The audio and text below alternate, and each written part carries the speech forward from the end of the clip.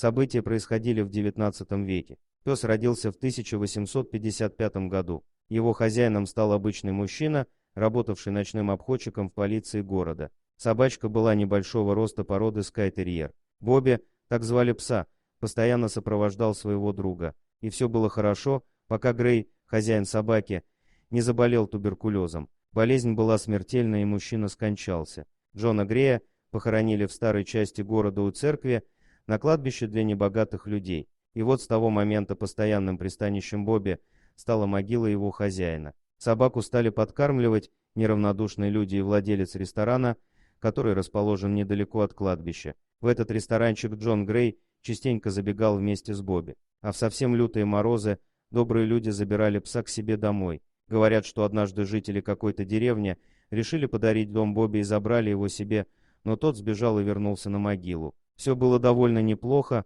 пока в Шотландии не вышел закон об избавлении от всех бродячих собак, но Бобби уже был известен на весь Эдинбург и далеко за его пределами и стал местной достопримечательностью. Его под покровительство взял лорд сэр Уильям Чемберс, он был главой шотландского сообщества по защите животных. Чемберса поразила верность и преданность этого пса, он сделал на свои деньги специальное разрешение и заказал особый ошейник, где была надпись «Гриф Райерс Бобби от лорда-мэра», разрешено 1867 год. Теперь Бобби мог спокойно передвигаться по городу. Так малыш прожил на кладбище 14 лет у могилы своего хозяина и умер в 1872 году. Многие люди приезжали в Эдинбург только ради того, чтобы познакомиться с собакой. Еще при жизни Бобби было решено поставить памятник. За эту работу взялся скульптор Уильям Броди.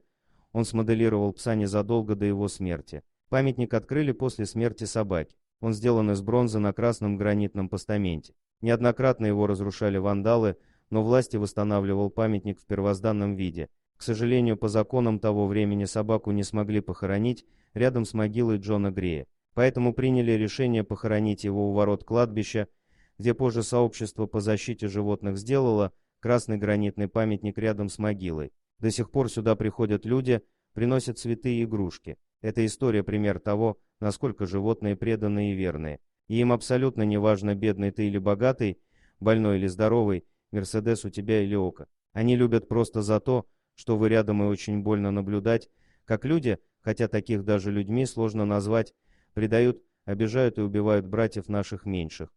Дорогие друзья, если вам понравилось видео, поставьте лайк, а также подписывайтесь на канал, где найдете еще много интересного.